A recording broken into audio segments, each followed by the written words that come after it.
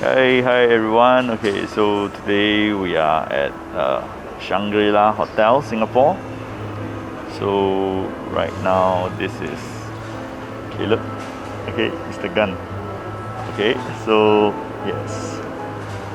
Okay, so we are waiting for our friend to be here to have lunch. And okay, so meanwhile, on the way here, just now we see, there's a client actually called, and he's very concerned about his Singapore stocks.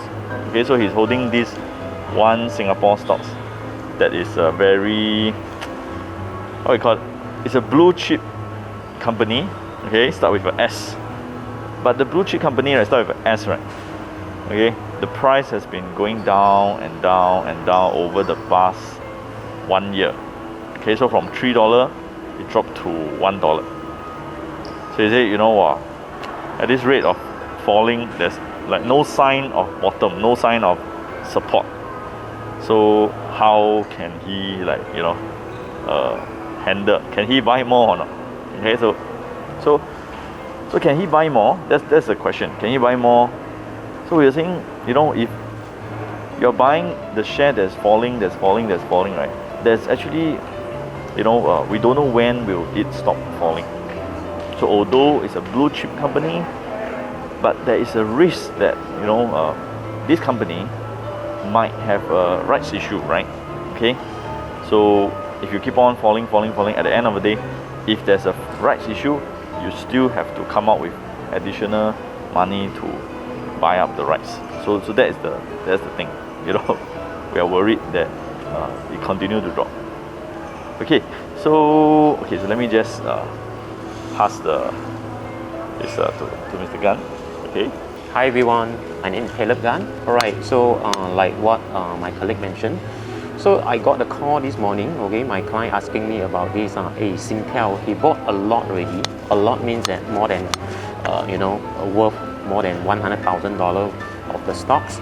So he called me actually, hey Caleb, can still buy or not? Alright, so my view is that there's no sign of turnaround for these stocks. Alright, and then both actually concerned. Okay, I also concerned for him because he bought too much already.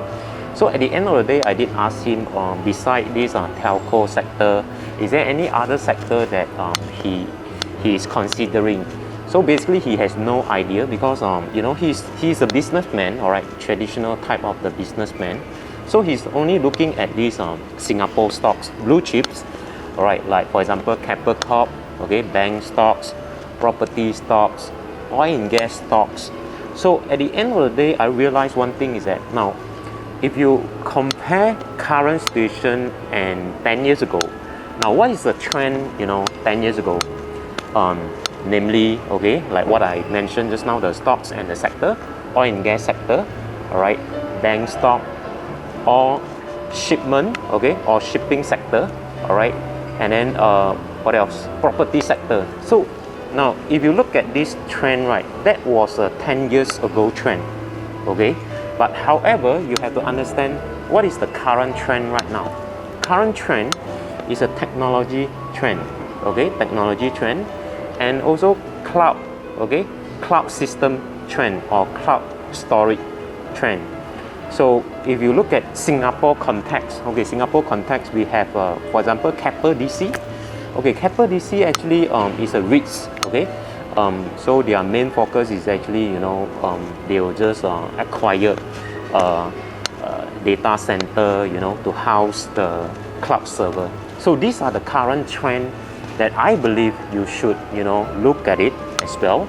And then, you should also allocate some of the, percentage of your capitals, all right, or investments or capitals into this, current trend for this sector. So for traditional sector right now, if you look at it, most of them are downtrending, turning down, and there's no sign of turnaround. So it's a bit worried of that. So that's why I spoken with him, and then he actually changed his mind. Okay, he said true enough. So therefore, he's actually asking me to help him to look into this some of the technology stocks or technology sector, which I did mention to him. So he's considering. All right, so at the end of the day, please focus, based on the current trend. Okay, the past trend already over. All right, so you have to understand trend is the keyword. Thank you for watching. I hope to see you again in the next video.